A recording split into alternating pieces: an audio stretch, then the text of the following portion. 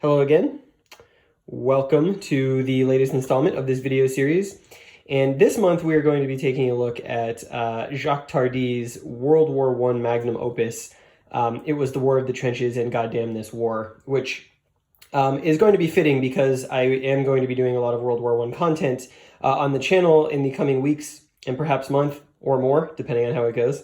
And so I wanted to start that whole process officially with an overview of this series of books, of comics. Really graphic literature is what I would call these. But these are, this is the slipcase edition from Fantagraphics of these two books by Jacques Tardi, who is, if you are not familiar with Jacques Tardi, he is an extremely famous French cartoonist, comic artist, and writer. And he has done a ton of work, comic work in his career, including things like Adèle Blanc-Sec, and obviously these two books here, which he's really well known for, plus other things. He was, a lot of his work appeared in the French comics magazine À Suivre. And so I wanted to go over this because it is just an incredible piece of work. Now, these are two hardcovers. You can get these individually, but really they're paired as a set, and they should be. So let's go ahead and take a look at the first one, and that is It Was the War of the Trenches. This is a series of a couple different stories told from the perspective of French soldiers during World War I and inspired by both fictional and real-life events and accounts that Tardi read or watched before and while he was making this series. It is a black and white series featuring his art. It Was the War of the Trenches. It's a really nice production from Fantagraphics, really nice paper quality. But there's just some real powerful stuff in both of these books. But this one in particular, because it is so personal. And like I said, it's from the perspective of the French side of World War I and what the French were going through. And each story kind of shows off some of the more well-known and maybe not so well-known events during the war. So things like the French mutinies. And just really what this is a, I don't want to say graphic, but it's a gritty look at the realities of World War I for French soldiers. And just World War I in general, what a terrible conflict it was for the people who had to fight it. But as you can see, some beautiful artwork here. He is an incredible illustrator. And, you know, I think there's 3 stories in this book, and they all kind of touch on different things. They follow different characters who are sort of recounting their experiences during World War I.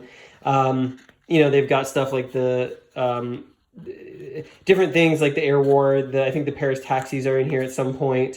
Like I said, the French mutinies where, you know, they shoot their own soldiers to keep everyone in line.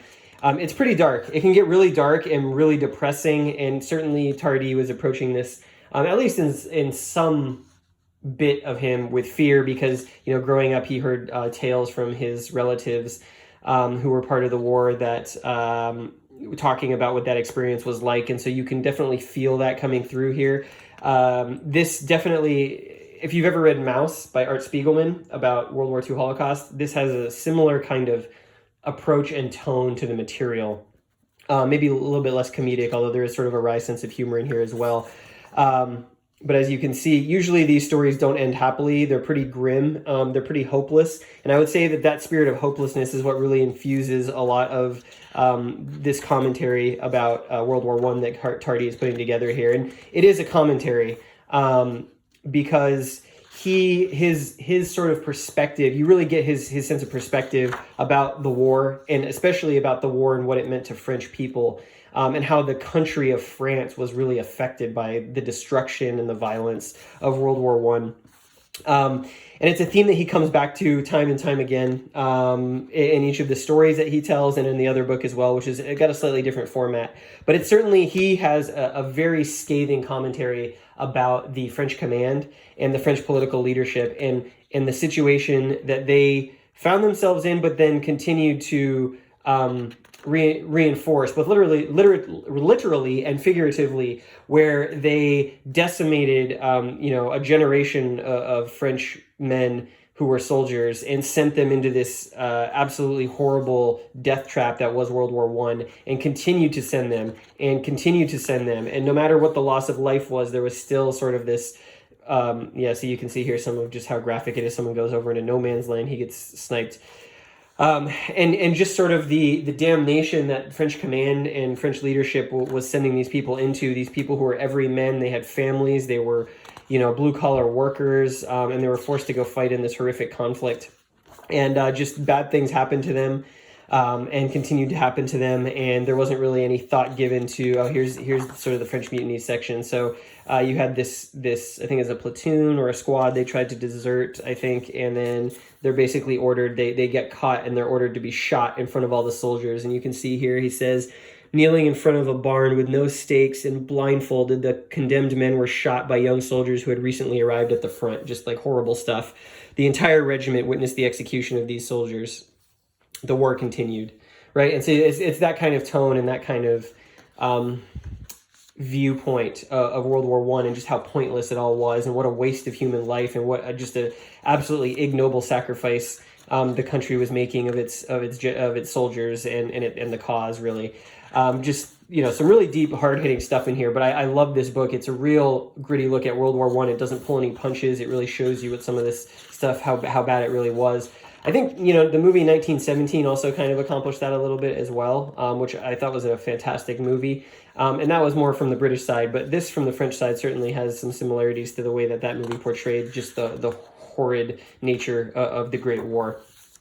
So anyways, there's 3 stories in here. As you can see, I'm just kind of flipping through. You can see, I mean, the detail, let me see if I can bring that closer. The detail that he's able to capture with some of these panels, with the buildings, and like the way that his sort of geometric line work is really like crisp, and you get that, you know, that nice urban, you know, man-made feel from some of these panels, the in the church and whatnot. But then, you know, you look at some of his characters and how they're really rounded, and their facial expressions are really exaggerated. And, you know, the line work here on the uniforms is a lot more sort of imperfect. It's just, he's just an amazing artist, and an incredible talent. And I think of all the stuff that I've read by him, which is not everything, I still would like to read Adèle Blanc-Sec. I know a little bit about it, but I've also read his noir crime stuff. But to me, this World War I stuff is the best work that I have read of his, and my favorite work that I've read of his. And certainly, I think probably one of my favorite pieces of historical fiction or historical semi-fiction about World War I that I've ever read. It's incredibly powerful, and I'd highly recommend it. You should still be able to get these, if not the slipcase edition, at least the individual books pretty easily, and they're well worth having. Even if you don't read comics or graphic literature, but you have a military history library, these belong in there, because they... what it's doing and how it's approaching the topic is really unlike anything else, while remaining true to the history and the events that happened there. So anyways, that is this first volume, which was It Was the War of the Trenches. This one is probably my favorite one, simply because it covers so much ground from a personal level. So it's the war seen through the eyes of an individual. This is actually, this page here, this is about sort of the final battle that resulted in all of these, the final battle before the armistice, that resulted in all of these soldiers being wounded, and this guy's taking a tour through the medical facilities, and at the end you find out that all these guys were involved in a battle that happened after the armistice was signed, and they had not yet gotten word, and it just sort of a really hopeless, depressing way to kind of end the story. But It Was the War of the Trenches. And now we're going to take a look at Goddamn This War, which, again, perfectly titled. This one's in color, and it is just beautiful. But it's the format of this one's a little different. So this is, well, how do I describe this? This is less of a personal story and more just kind of chronicle of actual World War I by year, and the stuff that happened in World War I by year. But you can see the color work here is really great combined with his artwork. And it's sort of, it's being told, it's sort of what happened in World War I, the major events that happened to the French, sort of from the perspective of someone who lived through them, even though you don't really know who that is until the end. You find out who's sort of telling you this story, but it's essentially a historical recounting of all the important things that happened. But look at this art, man. Look at how great the color palette captures sort of the early 20th century vibe, and the architecture, the way he's able to convey sort of the period through the architecture. It's just really stunning. Just an amazing piece of work, both artistically and from a literature perspective. You can see 1914, everyone's so optimistic. You know, everyone, the colors are really bright. It's like, hey, we're going off, the war will be over by Christmas, blah, blah, blah. The first engagements, the utter just destruction of human life, see some German cavalry charges. And sort of as you go on, you sort of start to get these bleaker scenes where the color is maybe a little more washed out. And as you're going through the book, here's the British Expeditionary Force. He talks a little bit about them and why they joined the war.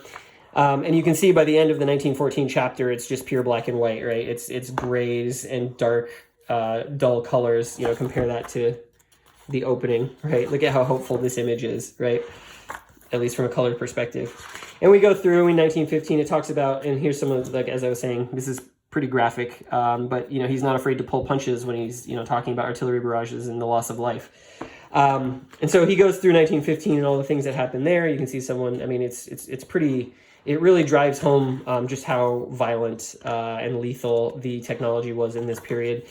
So he goes through 1915. There's just, yeah, again, more dark stuff.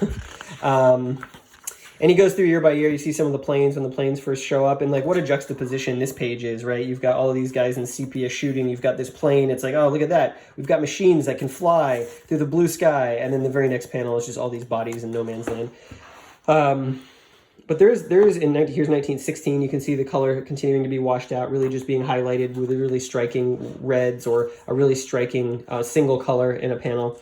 But there is something in here that I do want to show you because, you know, it is also pretty graphic. So if you don't want to see any more graphic stuff, I would maybe stop the video now. But I think it's really powerful what he does near the end of this book. Here's 1918. Let's see if I can find the page. And almost no color now, as you can see, right? You know, we've been fighting for 4 years. The horror of the Great War has just blasted the landscape and blasted the morale of the troops. You know, and he's not afraid to talk about the wounds that people suffered. And he sort of ends this little section here in 1918 talking about the Germans retreating and about all of these veterans left behind. You know, he says they could return home with light hearts to German. No German village had been destroyed, but the traces they left in France were indelible. No German city had been demolished, but the mutilated men and the widows and children had nothing left except their eyes to weep with, just like our own widows and war orphans. These were agonizing days for everyone except for the prosthetics manufacturers. In France, it was the time of the national hand, artificial limbs assembled by our legless vets. And then he ends the sequence with just a 9-panel grid of some really horrific wounds that French soldiers suffered. And, you know, reading this, I mean, it's extremely powerful. And you realize what people sacrificed and what they gave up for the country, even if they didn't want to. And then one of the other things that I really liked about this book is that in 1919, he talks about the aftermath of the war and how that affected people, how that affected French society, how that affected the veterans coming home. You know, here he talks about sort of the... he shows some of the Commonwealth nationalities, you know, leaving the war, going home. And the caption in this panel is, "The Germans don't understand how civilized, quote unquote, civilized nations can let savages fight their wars, and yet the quote unquote civilized nations themselves are behaving like savages." So as you can see, his commentary very biting, very scathing about the war and how pointless it all was. So I don't want to sort of belabor the point. I'll just flip a little bit more through here so you can see, but this is the 1919 stuff. It's kind of a recap and not a recap, but a sort of a final sort of pin in sort of his work about World War I, and he talks about the effect that it had on the world, the different people who fought in it, both from a national perspective and from a personal perspective. Obviously the cemetery here, you can see that. And this is, you know, he has some lyrics from this song. And then finally, the last thing in here is just sort of an illustrated chronology of World War I with actual photographs, which is pretty interesting. And this, again, just sort of a recounting of the war through the years with the actual real sources. So all in all, this set of books, one of my favorite of any book that I own, regular prose or comic or otherwise, this set was given to me as a birthday present. And from someone who worked at Fantagraphics, actually. And I am so grateful that she gave it to me, and I'm so grateful to own it. And I do like to read it every now and again, especially when I, want to learn about World War One, and just kind of remember that the human cost of World War One was incredible, and it was a very ugly time for 4 years in the history of the world, maybe uglier than we've ever seen. So that is Jacques Tardi's masterpieces of It Was the War of the Trenches and Goddamn This War from Fantagraphics. I hope you enjoyed this, and I hope that you might have been inspired or found something interesting about these books, because if you do go pick them up, I guarantee you will not regret it. They are absolutely fantastic. Thanks again for watching. Next month, I will have another overview of some books that I think people who are interested in history or war games would really appreciate. And as always, if you have any suggestions or requests for an era or a period, let me know, because I probably have something I can show off. I've got enough material probably to take me through the end of this year doing one a month. So there's more where this is coming from. Thanks for watching.